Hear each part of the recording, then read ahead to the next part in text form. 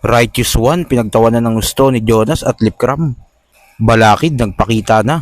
Alamin natin ang mga yan, so tara.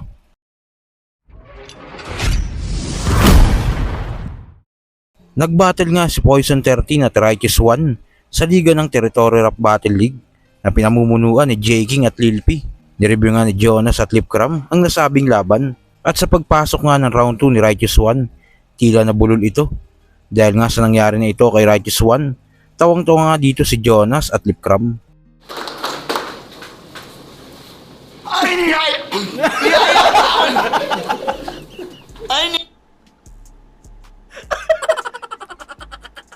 Ang ina, kanina ko pa inakasar ni Undo. Ganun pa yung intro mo sa round 2. Namumunda ko sa Kanina ka pa binubunot ni Lipcram. Putang ina, ganun pa yung ano mo. Parang magbabago ang anyo na no? kanina, di ba? Tulog na nasagi. Oo. Ngayon naman parang nag-inat. Ay! Pre bilang kapalit, nakakalakad ka na dun. Nakapila ka sa death march habang bihag ng hapon.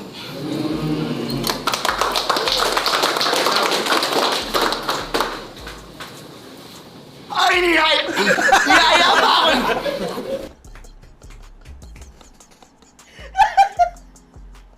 Yung laway pala.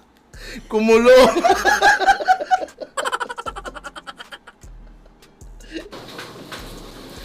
Ay, niyaya!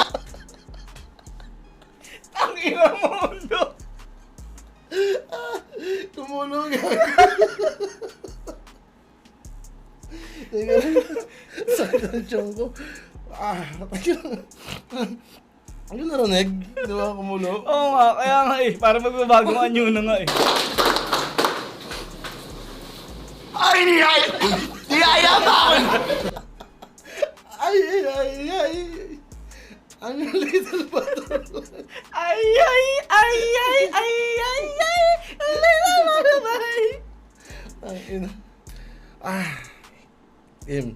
Yeah. Ina, matataas yan natin to. Ay, niyaya ba ako? Ay, niyaya ba ako sabay maligo? Sa kabilang balita naman, sa ilang taon ngang hindi nating nakita si Balakid sa Sokmed, finally nagpakita na siya. At sa paglabas niya ang muli, namiss siya ng mga tao at nireview nga nila ni Lanceta ang naging laban nila noong 2018. Kung maaalala nyo, nandito sa laban na ito ang isa sa classic na linya niya na binitawan at pinaliwanag nga dito ni Balakid kung paano niya naisip ang mga linya na ito. Tutok na tutok sa tuktok ang panglobang, taktak bungo, tagaktak dugo, pero hindi tutokhang na nagmamaang-maangan. Paano man lalaban ang walang kalaban-laban? Ina mo. Teka, may tanong ako. Trello ba to? Anong year nga to? Ito 20 na to. 2018? Oo nga, 2018. Shit! No. No. 2019. No. Wala pa. Ako nakulatan. Teka, ano yung punglo? Ang alam ko, ito hindi ko alam kung baril o bala. Kasi meron ang alam ko talaga baril. Natutok! Sa tuktok. Ang alam ko baril. Pero meron ako nababasang comment na bala raw yun, bala. Bala raw. Bali, bala. Wars. Pero sa akin, ang alam ko talaga sa matatanda sa Southern Luzon, baril yun punglo. Tangina. Sa tuktok ang panglobang, taktak bungo, tagaktak dugo. Anong inano mo dyan? Anong inimagery mo dyan na ano?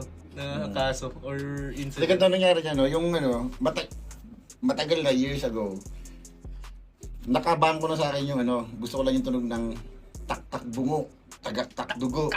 Matagal na yun eh. Kasi parang nagagandaan ako doon sa tak-tak. Parang ang aggressive, di ba? Tinatak-tak mo yung bungo para tumagak-tak yung dugo. So matagal na yun nakabang ko na walang paggagamitan. Tak-tak bungo talaga. Tapos nagkataon lang dito, na mamaya ko nakabaan yung kwento na parang punto ko lang is, napunta na lang ako dun sa approach na, hindi, na lang, URL aggressive, na lang, angasan. So, tsaka siya bumalik sa akin na parang, ano ba yung mga naisip ko, mga idea ko na, parang gruesome or parang brutal. Diyan mo Brutal. nilagay, pero... Taktakbo ko, taktakbo. So, ang gusto ko lang sabihin is, hindi ko naunang idea na mag-tokhang reference. Hindi Mm. talaga yun. Ang una lang talaga, yung maganda lang yung tunog nung tak-tak bungo, tagak-tak dugo. Tapos dahil ang ang parang puro syllable, puro consonant doon ay yung TG, K. Mhm. Doon na lang pasok yung tutok. Yan, tutok na tutok. Tas, Nauna yung gitna. nauna yung gitna, tapos yung puro na tutok. Yan. Tsaka na lang umabot sa tokhang. Tangina no, pero monumental So, yun. nagkataon na lang kasi kung yung mga ganyan na yung parang perfect timing na yung isang bagay na matagal mo nang nabango. Sino naparinggan mo Kung na? kailan mo na pwedeng magamit, bigla namang may tokhang. Kasi years ago, wala pang tokhang. Hindi ko- Kung ginamit ko na siya dati, Hindi ba gagana? hindi siya dudulo sa, hindi, wala siyang punchline sa dulo na gano'n, di ba? Pero kuya, nung ano to, naparinig mo to sa mga tropa, hindi wala talaga. Wala, supply. Anong mo dyan, in-expect mo? Wala talaga. Wala. Alam mo talaga sa choreograph mo na sigawan to kapag bilang. Hindi, para sa akin, ano to eh. Sa akin kasi, di ba, yun nga, every now and then nagsisingit ako ng parang tibak bars, di ba? Pero gusto ko rin, linawin na, hindi ako lumalaban, tapos lagi siyang goal na parang ano yung babanggitin ko ngayon na social issue. Wala man lang gano'n, no? Kung ano yung sakto lang. Nagkataon lang, siyempre, dahil aware ka, minsan pag nagsusulat ka, hindi mo naman sinasadya, biglang, pwedeng pwedeng idugtong, Ayoko rin kasi yung pilit, na parang para ka ng preachy na nagsisermon na lang. Okay, mas effective. Kaya po gusto yun. ko punchline pa rin. So, anong nangyari, nung sinusulat ko na to, para sa akin, special siya, pero dahil lang dun sa sounds. Mhm. Dahil lang dun sa consonant sounds. Tutok, natutok, tuk-tuk, takpak, Para siyang tagaktak. ano eh, no? So, para sa akin, yun lang yung special. Yung dulo niya na paano manlalaban ng walang kalaban-laban. Iba yung Para sa akin, maganda siya, malakas. Pero feeling ko nun, para lang din sa mga sa mga niche ko na tibak audience. No. Diba? Yung mga tibak na flip-top Nanonood. fans, sila lang feeling ko yung makaka-appreciate. Pero feeling mo. Kasi naalala ko nung time na yun, marami namang pro tokhang yan eh. Oo. O, aminin natin na maraming pro Duterte yan, pro Oo. tokhang. So hindi ko rin alam kung paano siya I-re-receive. ma-receive. O, so para sa akin, ang inaasahan ko lang na magiging special sa kanya, yung tutok, Tunog. yung tunog. At sa pagtatapos nga ng review nila ni Lanceta, nagbitaw nga dito ng salita si Balakid at tila miss na nitong bumatel muli. Ay matapos, ano yung mga ipopromote mo or mga parating mo na asahan nila? Hindi, sa ngayon, syempre wala pa. Ako naman nagtatapisaw pala ulit sa eksena. Mhm. Siguro masasabi ko lang, magpagaling na kayo. Magaling na kayo. Binigyan ko na kayo. Hindi ako kasama dito. Open ka sa mga rematches. Pwede naman. Basta ang punto ko, binigyan ko na kayo ng ilang taong paghahabol. May Na-miss ko rin yung eksena, yung battle rap. At nagpapamiss din naman ako. May mga kailangan lang unahin. Pero syempre, pag nagising na uli ang dragon, di wala nang sisihan. Di ba? So kay ba mga quiz, tingin nyo, sino ang magandang makalaban ni Balakid sa muli niyang pagbabalik? Kung ano man sa loobin mo, comment mo lang sa baba. Mapag-usapan natin yan. So yun lang. God bless.